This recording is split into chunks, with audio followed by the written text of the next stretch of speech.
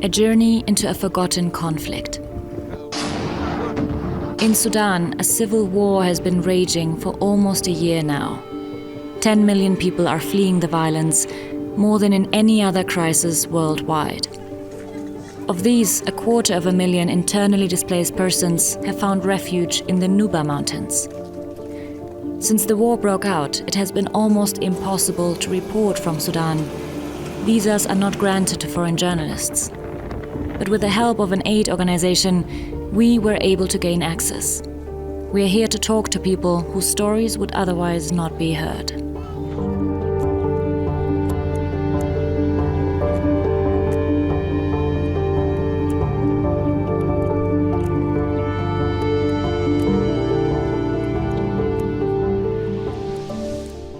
My name is Namarik Ismail. I'm a nurse. I fled from the war in Khartoum. My name is Shadia Hamdan. I was in Ketbeh when we were attacked and my children were murdered. My name is Hana Hamouda. I fled after having lost my 2 children and one of my legs. These women have survived the horrors of bombing, destruction, rape, and displacement. But they refuse to give up.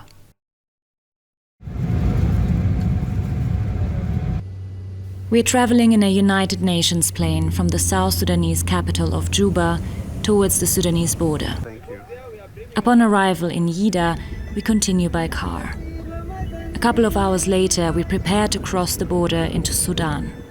The only indication of its existence is a red ribbon. We're headed to the Nuba Mountains, in the state of South Kordofan, in the south of Sudan. The region is controlled by the rebels of the SPLMN. For nearly 4 decades, they've been fighting against the Sudanese central government. The rebels are demanding more self-determination and a secular self-government. They say that for too long, their brothers, the Nubians, have been discriminated against and oppressed by the elites in the capital Khartoum because of their religion and ethnicity. The region has been neglected, lacking roads, medical staff, humanitarian aid and food.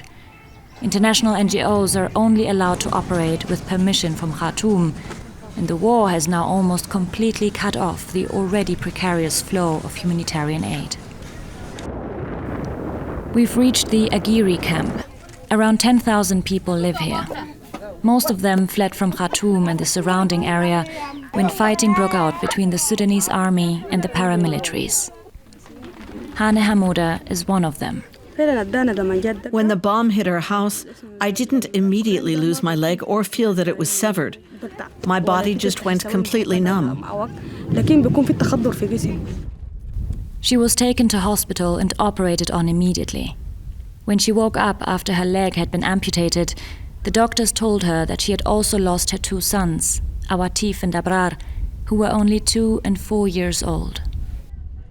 My children were adorable. We used to play a lot together. But now God has taken them from me, and I leave it to God to judge the government. I don't blame God. She says the bomb dropped on her house came from the Sudanese army. She and her 2 older children managed to flee here to the Nuba Mountains. And even with hardly anything to eat and a long way to the closest water pump, here they're safe. Safe from daily airstrikes, shelling and gunfire.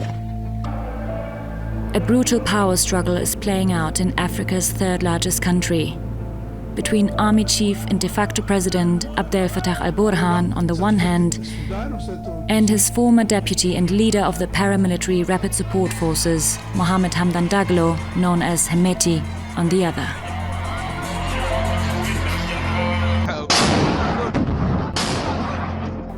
They have been fighting constantly since April last year, neither side wanting to give in.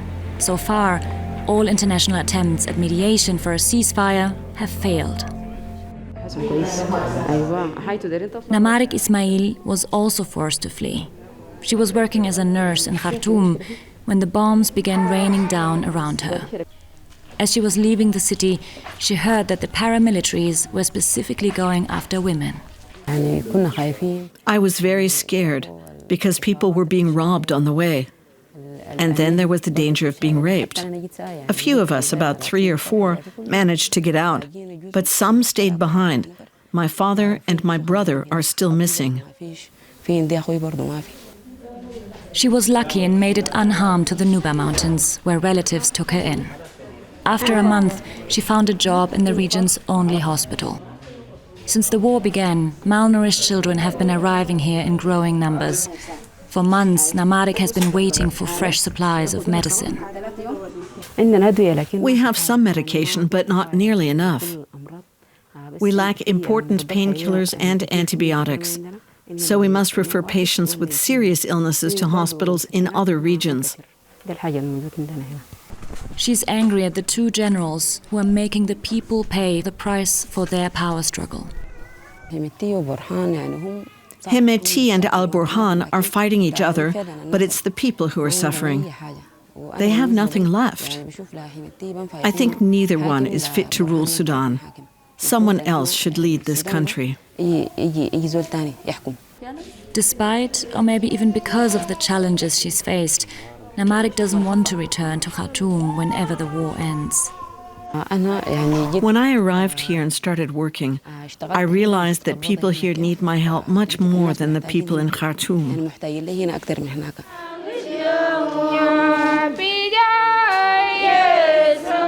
Like Namarik, around 250,000 people have fled to the Nuba Mountains since the war broke out. This church has played a central role in getting people to safety. Many in the community say that without the help of Pastor Musa Kudi, they wouldn't be here today. A few weeks after the fighting began, he organized 23 buses to bring 1,500 people from Khartoum to the mountains. Our people scattered, our people died, our people they were not having food. The bus carry more than the number that he is supposed to carry because people are running from there and they were not able to stay there. So we just fill the bus and they face a lot of hunger on the way. Many were taken in by relatives or other church members. It's a tight-knit community where people share what little they have. But this is not a permanent solution. After nearly a year of fighting, many people are looking to the international community as a last hope of ending the war. The countries, those who are more strong to put pressure on the government of Sudan so that they can solve the problem, can stop the war. But if they are not able to talk to the Hemeti and Burhan to stop this war, people will still suffering. It may seem peaceful in this region, but war is raging on its northern border. The Sudanese army is only 7 kilometers away, in the town of Kadugli. We aren't allowed any closer. Instead, the rebels show us their captured military equipment. All their weapons come from the enemy, General Ezekiel Talodi Kafi tells me.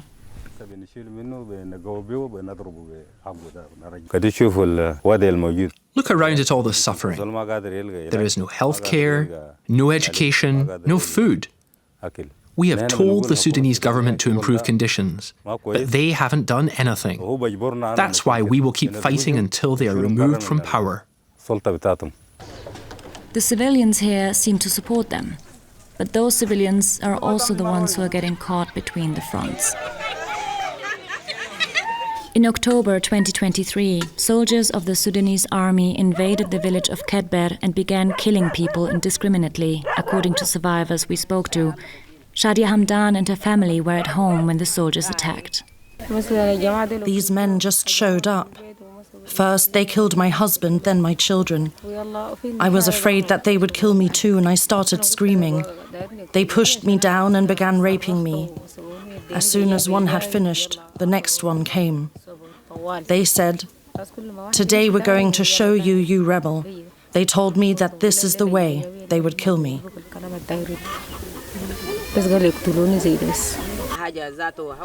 But she survived and made it to this improvised camp.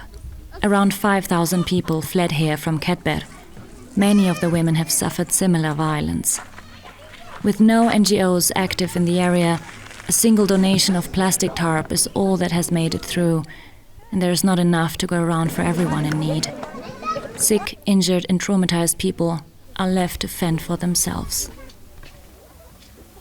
I had so many doubts. I no longer saw any point in living. I can't offer my surviving daughters a good education or anything else.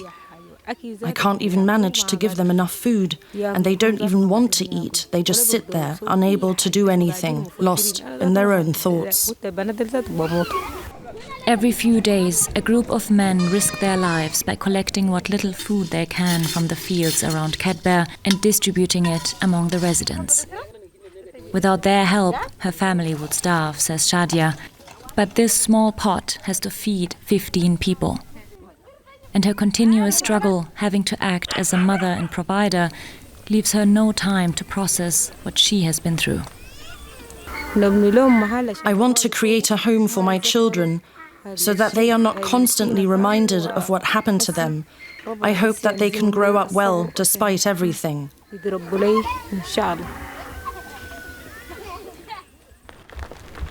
Back at the Agiri camp, Hane Hamuda sets off on the excruciating trek to the water pump. The round trip takes about an hour and a half, and without her friends accompanying her, it would be too hard. They give me the feeling that I haven't lost everything. They encourage me every day and tell me that my life still has value, that I can't give up. Hane Hamuda also has 2 surviving daughters, and they are the ones who give her the strength to carry on. I do now struggle so that I may make them educate, so that I may make them be happy. They should not feel that we don't have a complete mother. That is why I'm practiced to do every activities around the world, so that I may not let them to say that we lost our mom. This stoic resilience unites the women. The strong will to see their children grow up well, despite the war, to carry on no matter what, and to one day rebuild their country.